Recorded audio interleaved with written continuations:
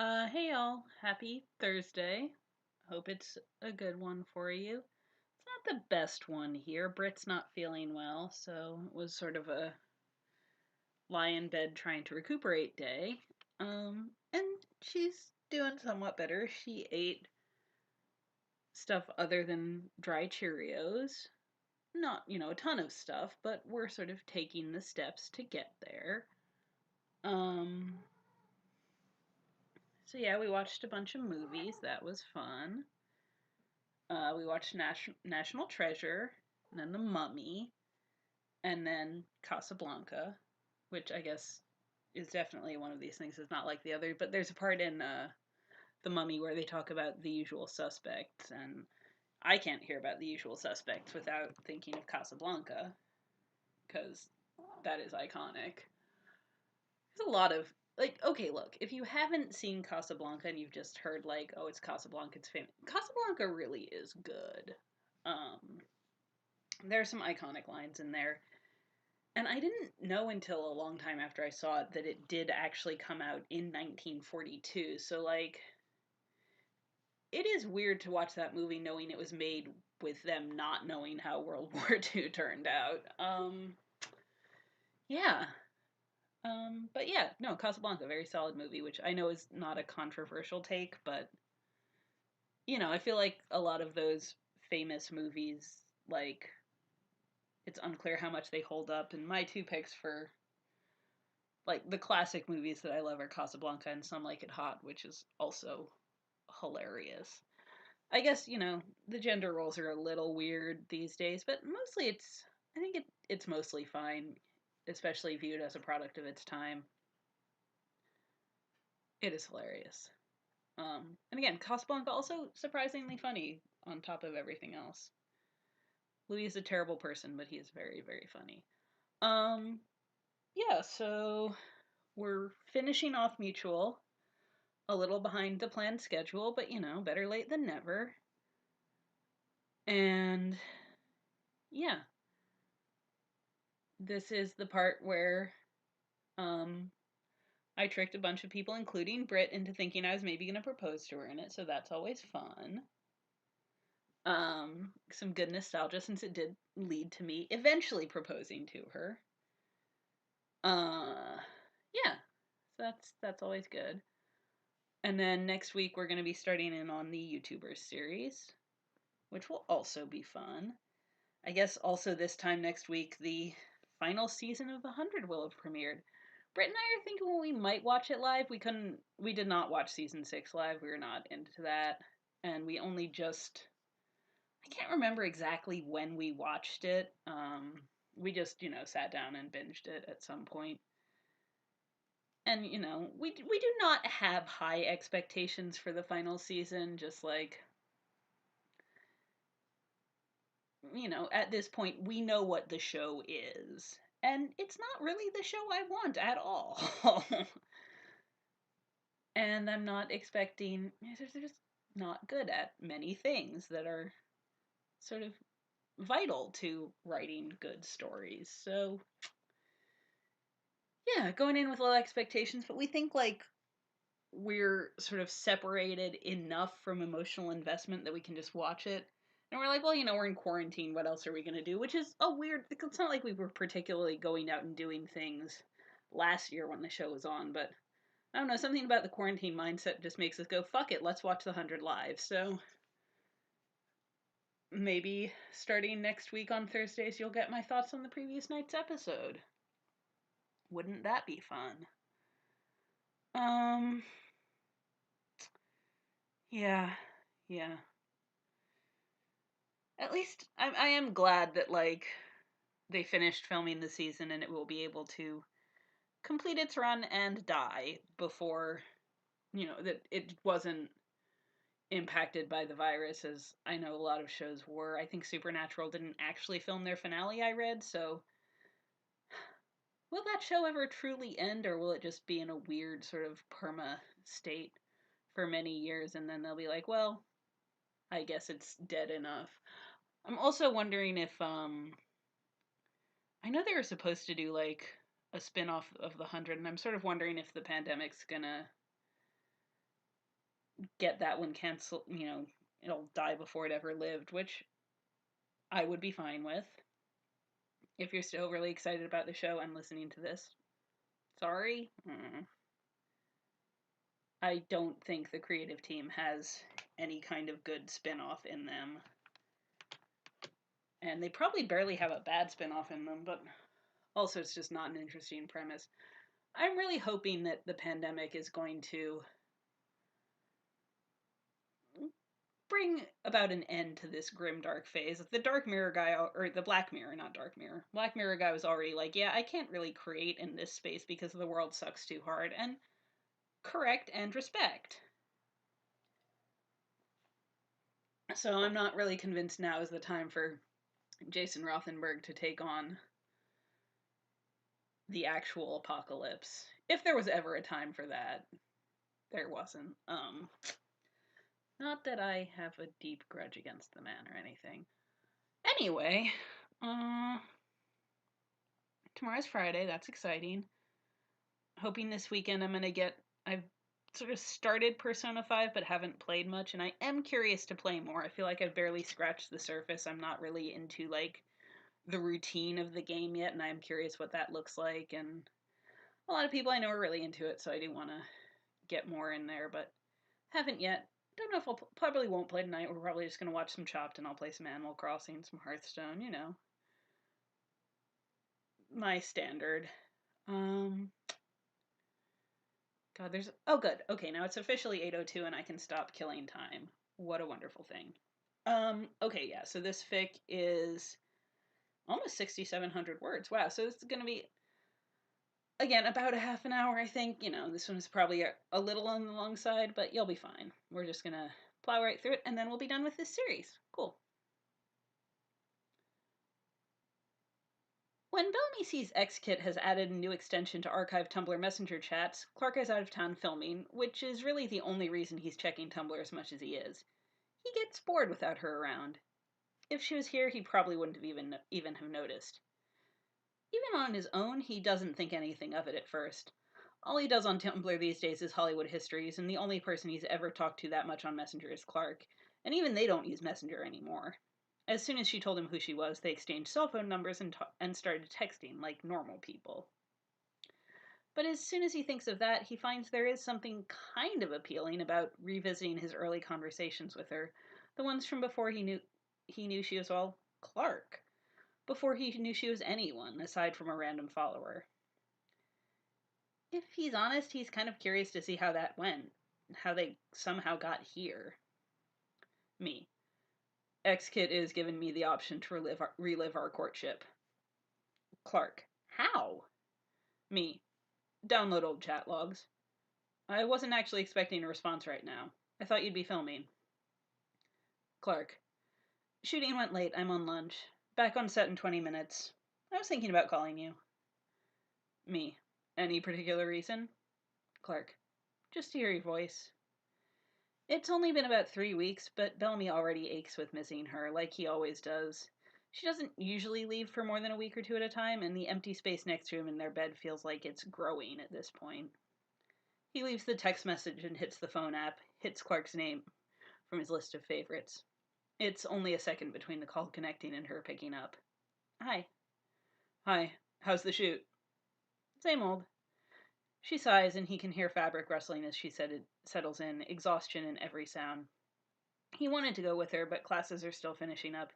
He's pretty sure his students wouldn't appreciate their final grades being delayed because he was hanging out in North Carolina with his girlfriend. Kind of a mess, but not especially a mess. How are you? Other than desperately missing me. You say that like it's a joke, but I do. Yeah, but you don't always wade into our old chat logs. I would have, but Tumblr archiving sucks. Xkit came up with an extension to download them, so I'm doing that. That's actually kind of cool. Yeah. He opens up the first file, the conversation she had with Hollywood Histories. Do you remember how we started talking? You made a post about body hair and reblogged my expert commentary. He can hear the smile in her voice, which just makes him feel worse. I did? Yeah, it was about how it would be more likely to take us out. Yeah, it was about how it'd be more likely to take us out of it, and I was having nightmares about having to sit in makeup getting fake armpit hair put in after I shaved for red carpet events. Holy shit, he says, starting to laugh. I never noticed that was you. He only vaguely remembers the post, and he's never been good at remembering usernames. That's why I messaged you about that party. I felt like you already liked me. I can't believe you were nervous to talk to me. Hey, you were the celebrity there. I was just an anonymous fan. And I remember the first thing I messaged you about, too. It was a party. Yeah. He bites the corner of his mouth. I did get a lot of random messages. It took me a while to start paying attention to you. I know. It was nice. I felt like I was earning it. He gets it, of course, has always gotten it, but it's weird to see how it started out. He would have thought more about what he was saying, if he knew. He would have tried to be cooler. And he probably would have screwed it up and scared her off. If she'd wanted him to know he was talking to Clark Griffin, she would have told him. The party makes a little more sense now, he says. Yeah, we were talking about the industry for work. He was defending the whole thing. I still can't believe how much we talked before I knew, he says, shaking his head. I feel like I should have figured it out somehow. At least you liked the real me, she teases. It would have been so awkward if you didn't. You checked pretty early on. I don't remember that. I guess I put up a grad post while we were chatting, he says, eyes still scanning the conversation. You didn't ask about yourself specifically, but you wanted to know if I liked the show. I thought you were thinking about watching it. Sorry for not telling you. Seriously, I don't mind. It's kind of awesome. Like reading a book again after you know the twist. She laughs, soft. Okay, I need to eat. If I put you on speakerphone, will you give me highlights as you read? You miss me too, huh? I'm just wondering why I agreed to do this in the first place. I keep telling myself I don't care about being in movies, but if I change my mind. You need money to keep me in the lifestyle to which I've become accustomed. That must be it. It's a good movie and you like the part. Just because it's stressful right now doesn't mean that's not true anymore. You're not taking every part, just the ones you want to take. I still miss you. I miss you too. But this chat thing is helping. It's really cute seeing you trying to figure out how to make conversation. I was nervous, she protests. Which part? He reads her his favorite excerpts as she eats, and he keeps going after she hangs up to get back to work. In a way, the strangest thing is how familiar the conversations are. He knows there are some people who take advantage of the internet to become completely different people, but that's never been how he uses it, and it wasn't how Clark used it either. She's the most honest version of herself right from the start, the person she is when they're alone, when she isn't worrying about cameras or public opinion. And how fucking lucky was he that she decided he was someone she wanted to talk to. He does remember switching from Hollywood histories to himself when he talked to her.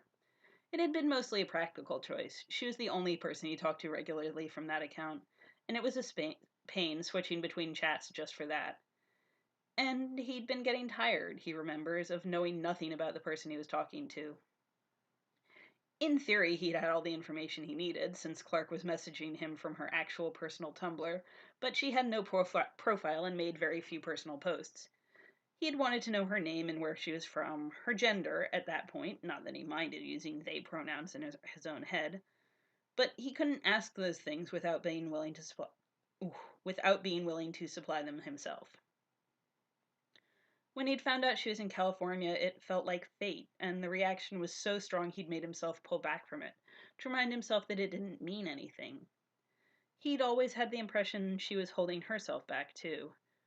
And now, as he reads back over her descriptions of her days, the way she talks about her job and her responsibilities, it's easy to put the pieces together. The first time she asks him if he had any celebrities in, it still makes his heart skip.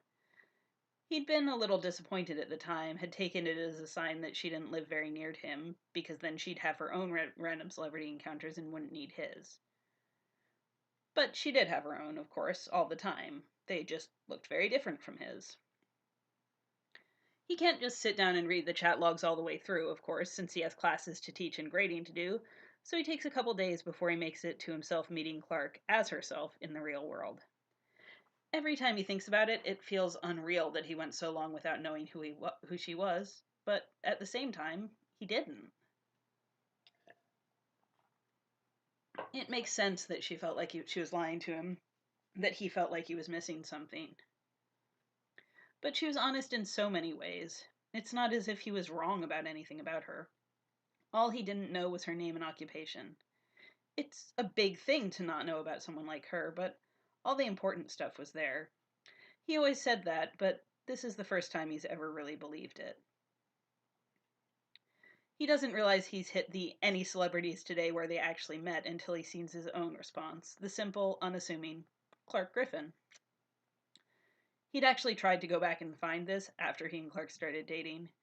He'd remembered the broad strokes of it, mostly because he'd been worried about going too far talking about his celebrity crush with his non-celebrity crush, but he didn't remember the details, Clark acting like she doesn't entirely remember who Clark Griffin is, his own honest but wry take on things.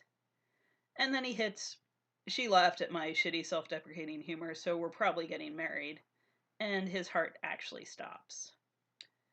He didn't mean anything by it, of course. It was another shitty self-deprecating joke, the same kind he always makes, his own way of teasing himself for being so proud of a successful 5-minute conversation with a famous person, something he forgot as soon as he said it. He hadn't meant it. Of course he wasn't going to marry Clark Griffin. Except that he is. Not that he's asked her yet or anything. They haven't had this specific conversation. But they've been dating for just over a year and a half. Clark gets asked about it sometimes in interviews when she does them. You and your boyfriend seem pretty serious. Are wedding bells on the horizon? And her response is always negative, but more of a not yet than a no. She always takes it as pretty much a given that it will happen one of these days.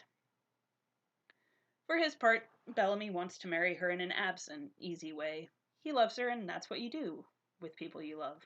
You marry them. He takes a screenshot of the conversation, ending with Clark's simple, "I'm happy for you," and stares at it for a long minute. "We're probably getting married," he murmurs, and it sounds true. As a rule, Clark schedules her flights to get in either very early or very late, and this one is late. Bellamy's still used to long, weird hours, so he goes to pick her up, mostly because waiting the additional 40 minutes for her to get to their place in a cab before he sees her feels like too much. He finished their Tumblr conversations right up to the simultaneously innocuous and amazing final messages she sent him there, asking when he was working the night she came in to tell him who she was, and it didn't really help with missing her. If anything, it made it worse, remembering how they got here, reliving both of them trying and failing to not fall in love before they'd even met. He gets to the airport 10 minutes before she's supposed to land, takes a seat in the baggage claim to wait. It's fairly deserted, but he's pretty sure a couple of girls waiting for their bags recognize him from the way they keep stealing glances. Or maybe they just think he's hot. Either way, they clear out before Clarkson makes it down to him, so he doesn't have to worry about photographs. If they got any of him, they can enjoy them. Paparazzi have stopped thinking he's even slightly exciting. It's 20 minutes later when he spots her on the escalator, and even from that distance, she looks exhausted. Not that he's surprised, honestly. It's 3 hours later for her than it is for him, nearly midnight on the East Coast, and she had a long day of flying on top of a long month of filming. When she nearly falls into his arms, he just laughs and kisses her hair. "I think you should rethink your flight schedules. Hi." "Hi," she says, holding onto him tightly. "I should. Thanks for coming to get me." "You're welcome. Do you want to go pass out in the car while I wait for your bag?" "No, I want to pass out on you." "Perfect." He gets her hand and squeezes it, guides her over to the baggage claim. She looks even more worn out up close, but he waits until they've gotten their bags and navigated to the highway before he asks, "Rough shoot?" "We got it done on time, but we definitely had to pack a lot in the last few days. And the more stressed the director that got, the more of an asshole he was, so that sucked." "I bet. Are you hungry?" "I think I'm too tired to be hungry." "Next time you do a movie, we should make sure I can come." She's practically melting into shotgun, eyes closed, body already preparing itself for sleep. But the statement makes her smile and open one eye. "Yeah? You don't want me to?" There's a pause long enough he wonders, if she drifted off trying to think of an answer. No, it would be better, but I don't actually need you around. I know, we can just like spending time together. And you're shitty at taking care of yourself when you work. Yeah, but you don't have to plan your whole life around me. You'd be planning around me. Don't take movies while I have classes. I guess I could live with that. She yawns hugely. Or I could stop doing movies. Except movies you like, which this was. Don't worry, you'll sleep for like 3 days straight and feel better about everything. Was this what you thought dating a celebrity would look like? He laughs. That was the cool thing about reading our old Tumblr conversations. What?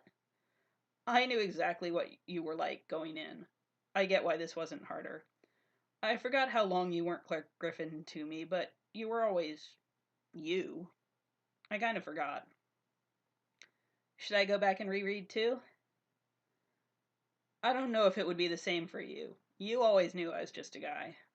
Not just a guy, she says, voice going hazy again. My guy. He smiles, even though when he glances over, her eyes are closed. Your guy. She's mostly unconscious for the rest of the drive, so Bellamy puts on the radio to keep himself awake. Traffic's fairly minimal and the route is straightforward, something he's done plenty of times. And when they get home, he unloads all the baggage and gets into their place before he wakes Clark. You need me to carry you? Can you? She asks, sounding curious. Not for that long, but probably into the house. I'm pretty ripped. She smiles. I can walk. Sorry I passed out on you. I don't mind. Seriously, I'm just glad you're here. Me too. And I've got another month of hiatus to sit around doing nothing. Yeah, brag about it. He kisses her temple. I don't have anything to do tomorrow either. I got all my grading done. We can just watch TV and not leave the house all day. Yeah, that's what I was thinking. It got me through the last few days of filming. He smiles, squeezes her shoulders as he bustles her upstairs. Yeah, so go to sleep so we can get to it. I don't think movie stars are supposed to go to bed before midnight, she protests.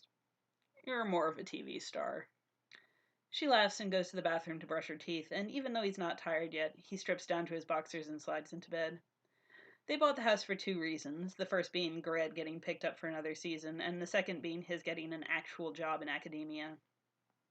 He's still convinced half the reason he got it was that he's dating Clark and the college thinks it's good publicity, but it's local and pays well, and it's not like anyone's ever said that's why they hired him, so he can still pretend it was entirely on his own merits. But he's realistic about how the job market is for history professors. It seems pretty likely his profile was a factor. But it was still good news and a sign that they'd be in LA for a while and he'd have a decent source of income, so when Clark proposed upgrading from the condo to an actual house, he couldn't come up with many counter arguments. It's a lot of money, but Clark has a lot of money, and he has enough that he's contributing without breaking the bank. It's a weird thing living with someone who's so much richer than he is, but he's mostly used to it by now. Clark has an excess of money, and he has an excess of practical good sense. She might pay more for groceries than he does, but he's the one who fixed the leaking shower without having to call a professional. Clark pauses in the doorway, taking in the sight of him in bed. This is what I was missing, she says, and he smiles. Me too. He pats the space next to him, the one he somehow never managed to roll into. Like his body refuses to admit she's gone, even when he's asleep. And this. She curls around him, warm and close, smelling of shampoo and soap, and it's such a relief to have her back. You're going to sleep soon? Yeah, I'm just going to read for a little while. Okay. She kisses his chest right above his heart. I love you. I love you too. Welcome home. 3 days later, Clark has a meeting with her agent, and Bellamy takes the opportunity to text Raven. What's Clark's ring size? As he expected, she doesn't bother responding and calls him instead. Raven prefers texting as a rule, but Bellamy is a notoriously slow and terrible texter, and he might play it up with her just to piss her off. That's the kind of friends they are. Hey, he says. Are you proposing? Not until I have a ring. And she doesn't know. Not exactly. We've talked about it generally. We both want to get married, and she says she wants to marry me. But I haven't told her I'm planning to do it soon. I figure it'll be a good surprise. You better hope so. You think it's a bad idea? he asks, curious.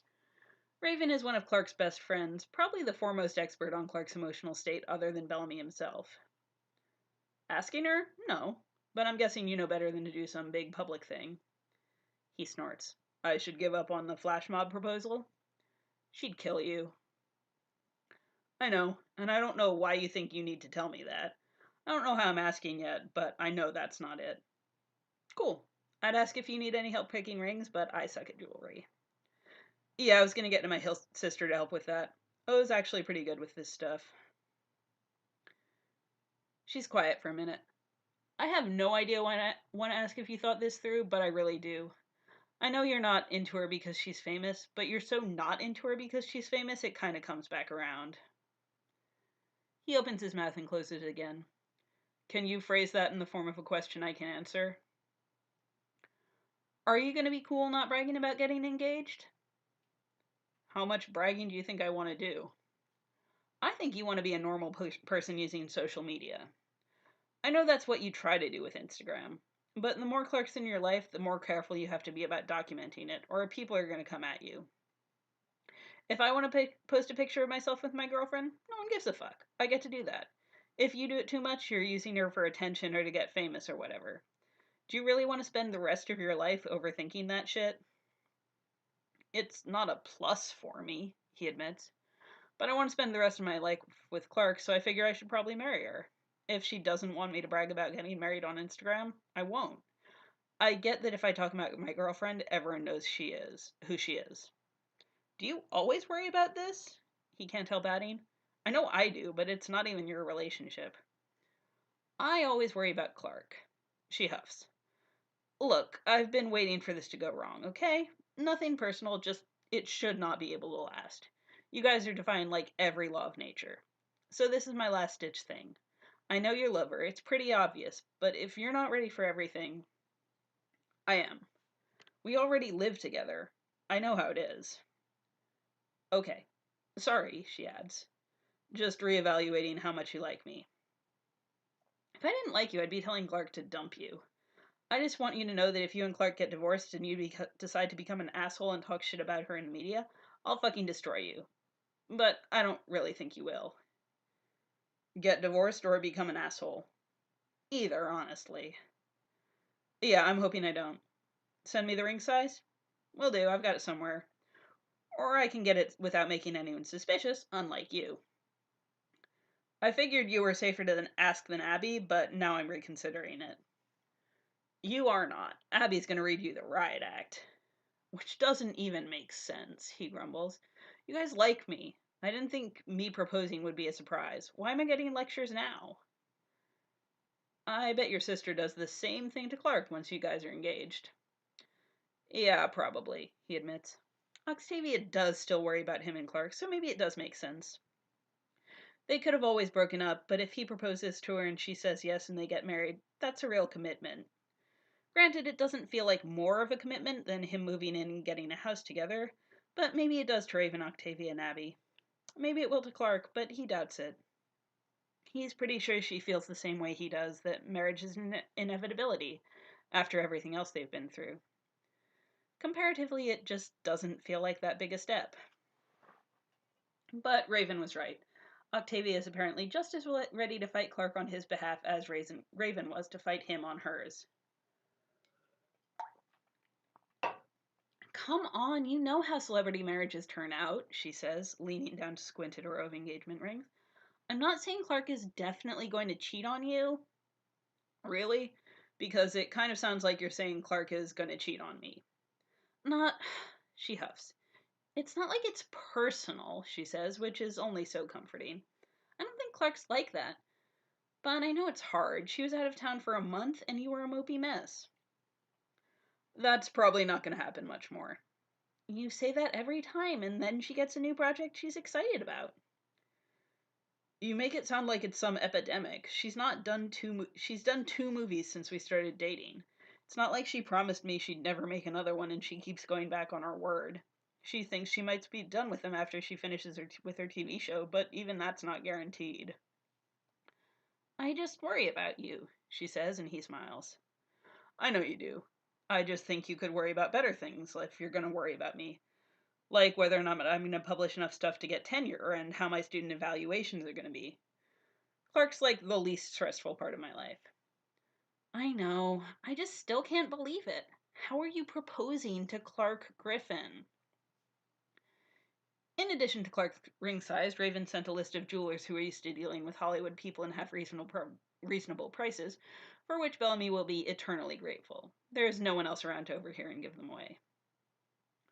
I know you hate remembering that we met through my dorky Tumblr, he tells her, but you'd probably feel better if you remembered we met through my dorky Tumblr. Really?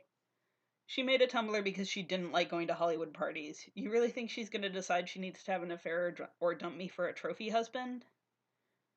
Okay, yeah, she grants. You found the least fun person in Hollywood and got her to fall for you. I should just stop thinking it's weird. You can think it's weird, he says, shrugging. Just as long as you're happy for me and stop thinking my girlfriend is going to dump me just because she's famous. I am happy for you, and I think this ring would be good. Which? The one she points out is nice, but he can't help getting distracted by the one next to it. A little less ostentatious, a little easier to pass off as just a ring if Clark wants. She might not want to be visibly engaged right away, or that often. I think the one to the left. That's a pretty small diamond. She's not that into big jewels. They're not really her style.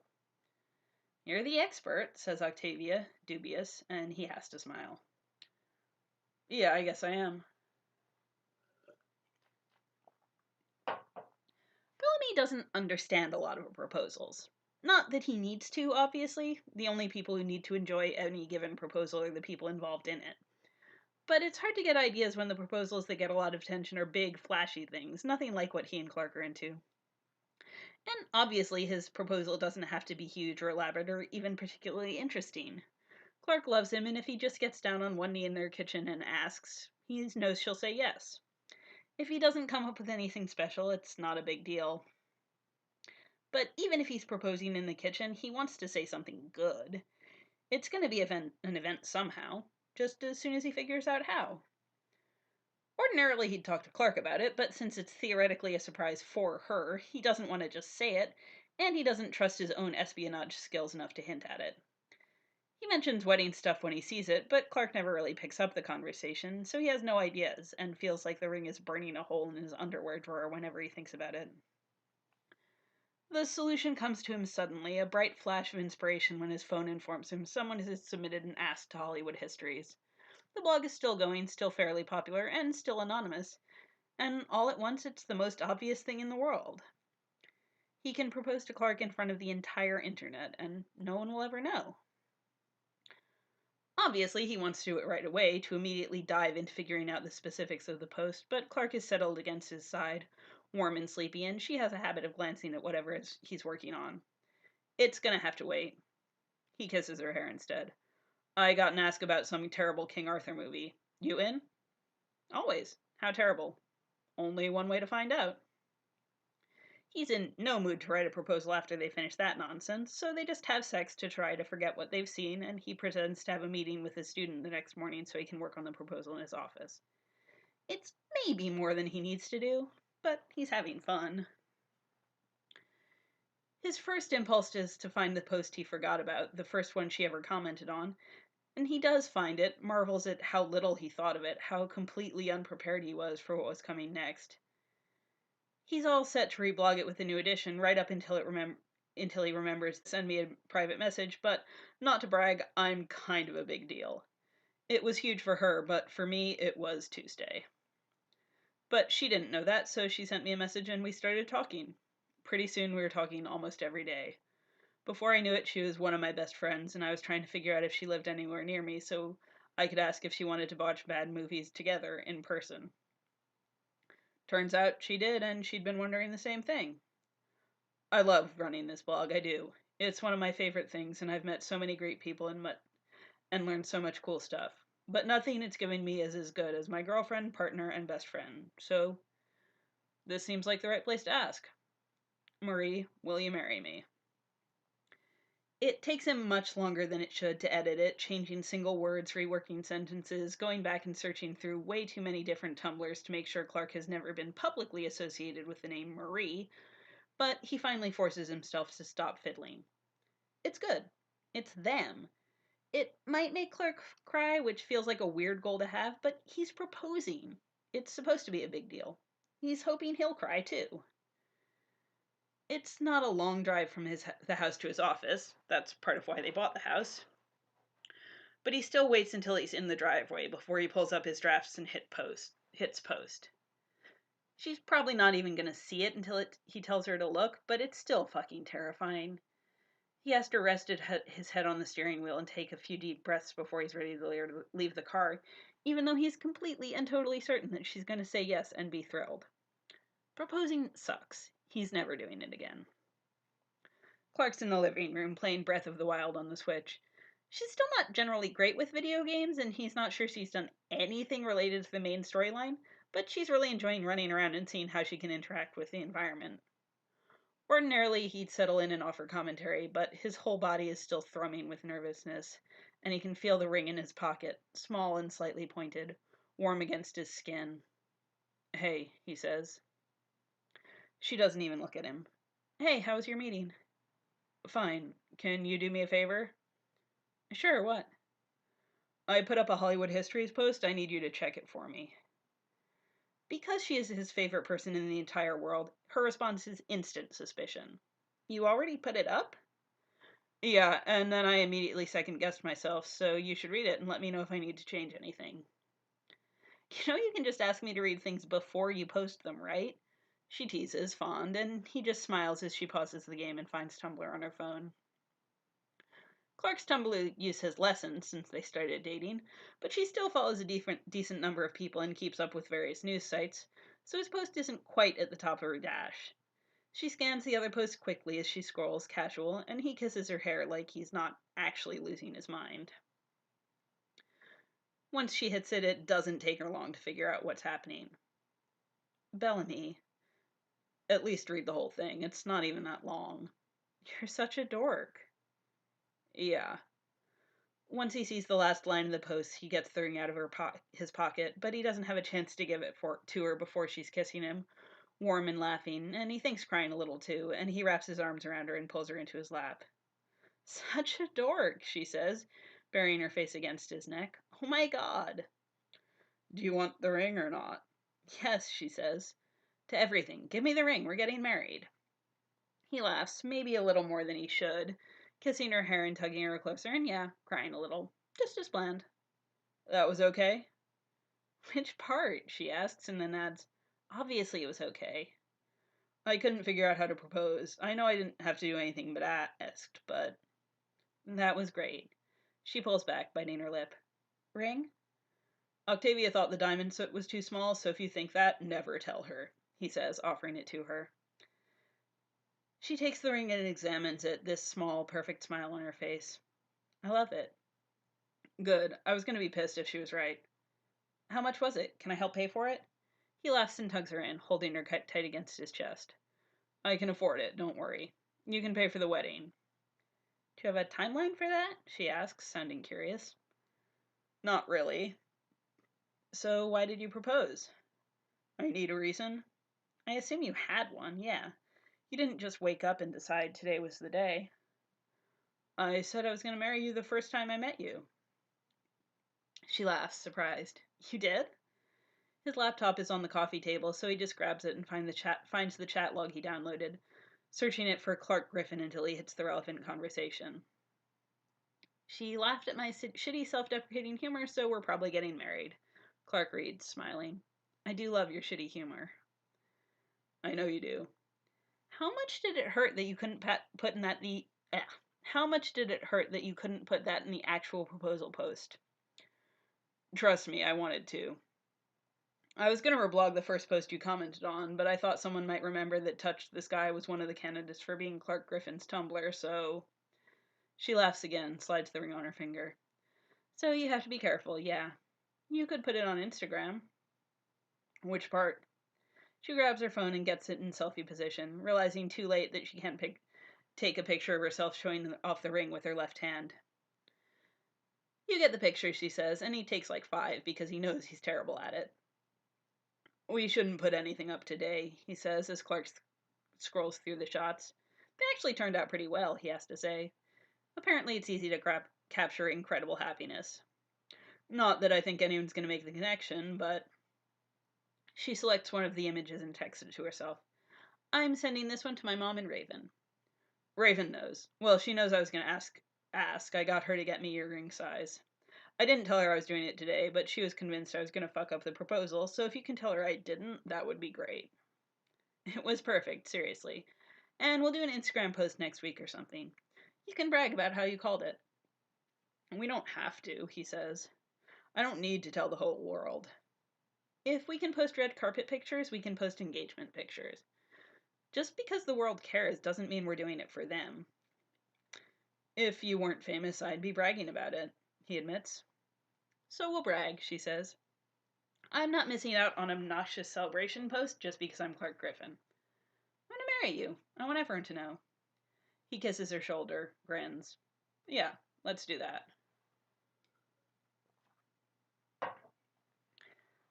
They post the engagement photo on Instagram, but he saves the Tumblr conversation for a week after their small private wedding ceremony.